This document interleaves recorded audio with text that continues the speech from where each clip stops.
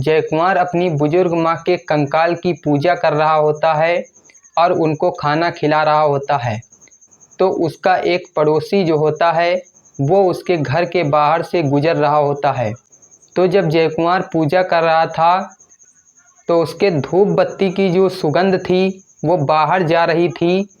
तो जो पड़ोसी था वो इस चीज़ को देख कर के वो क्या करता है कि उसके खिड़की से झांक के देखता है। तो जो पड़ोसी होता है उसके पैरों तले से ज़मीन खिसक जाती है इस चीज़ को देख कर के। इस चीज़ को देख कर के वो काफ़ी ज़्यादा डर जाता है।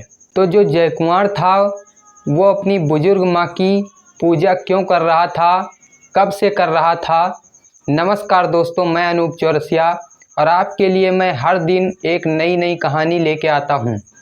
तो आज की अगर आप कहानी सुनेंगे तो ये कहानी आपको हिला कर रख देगी। दोस्तों, आज की जो कहानी है ये कहानी है असम गुवाहाटी की, जहाँ पर एक बुजुर्ग माँ और उसका बेटा रहा करता था, जिसकी उम्र 40 साल की होती है। और जो बुजुर्ग माँ थी वो भी काफ़ी ज़्यादा बूढ़ी हो गई थी। तो जो जयकुमार होता है वह अपनी माँ को अपने घर में ही लिटा लेता है और उनकी जो है पूजा करने लगता है। जयकुमार अपनी माँ की हर दिन पूजा किया करता था और उनको खाना भी खिलाता था। तो ऐसे ही चलता रहता है, काफ़ी दिन हो जाते हैं। उसके बाद में एक दरवाजे पर से पड़ोसी गुजर रहा होता है, तो वो ये सब चीज़ें देख लेता है, क्योंकि जब जयकुमार अपनी बुजुर्ग माँ की पूजा कर रहा था तब जो है धूप बत्ती की जो सुगंध थी वो बाहर तक जा रही थी।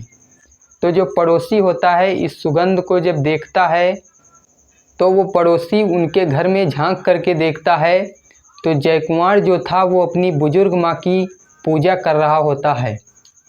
तो ये सभी चीज़ें देख करके वो जो पड़ोसी था वो डर जाता है और उसके पैरों तले से ज़मीन खिसक जाती है इन सभी चीज़ों को देख करके। तो जो पड़ोसी होता है उसके जो है मुंह में ये बात रुकती नहीं है और वो और जो पड़ोसी थे उनको भी बता देता है ये बात।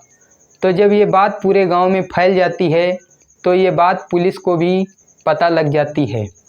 तो जब पुलिस जयकुमार के घर आती है तो जयकुमार के घर में जो कुछ भी था वो चेक करने लगती है वो पुलिस। तो जो जयकुमार था वो अपने बुजुर्ग माँ को कपड़े से जो है ढक के लिटाए हुए था। तो जो पुलिस होती है वह कपड़े को हटाती है।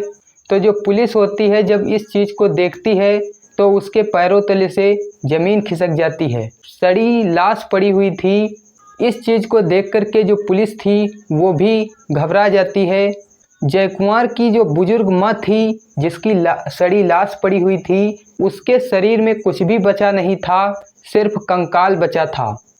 फिर जो पुलिस होती है वह जयकुमार को पकड़ करके हिरासत में लेती है और वो थाने लेकर के जाती है।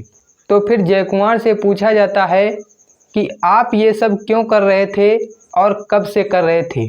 तो पुलिस से जयकुमार कहता है कि 3 महीने पहले मेरी जो बुजुर्ग माँ है उसकी मौत हो गई थी और उसको जो है मैंने घर में ही लिटा लिया था। तो पुलिस कहती है कि आप इनकी पूजा क्यों कर रहे थे और खाना क्यों खिला रहे थे। तो जयकुमार कहता है कि मैं इसलिए इनको खाना और पूजा इसलिए कर रहा था क्योंकि मैं सोच रहा था कि क्या पता ये ज़िंदा हो जाएं, इसलिए मैं इनकी पूजा कर रहा था। तो जयकुमार बताता है कि मैं 3 महीने से इनकी पूजा कर रहा हूँ और खाना खिला रहा हूँ। तो बाद में पता चलता है कि जो जयकुमार है इसकी जो है मानसिक स्थिति ठीक नहीं है और जयकुमार का जो है दिमाग खराब हो गया है, इसीलिए ये सभी हरकतें वो जयकुमार करता था। तो जो पुलिस होती है वह इलाज कराती है जयकुमार का। तो इनसे रिलेटेड अगर कोई अपडेट आता है तो मैं आप लोगों के साथ ज़रूर शेयर करूंगा और आगे क्या होता है। तो जयकुमार के लिए आप लोग क्या कहना चाहोगे कमेंट बॉक्स में बताना। तो इस वीडियो में आप लोग कमेंट कर दीजिएगा अपना नाम और ज़िले का नाम, तो अगली वीडियो में मैं आप लोगों का नाम ज़रूर लूँगा। तो इस वीडियो को लाइक कर देना और चैनल पर अगर नए आए हो तो चैनल को सब्सक्राइब कर लेना। तो अब मैं आपको मिलूँगा अगली क्राइम स्टोरी के साथ, अगली नई कहानी के साथ, अगली नई खबर के साथ। तब तक के लिए जय हिंद, जय भारत।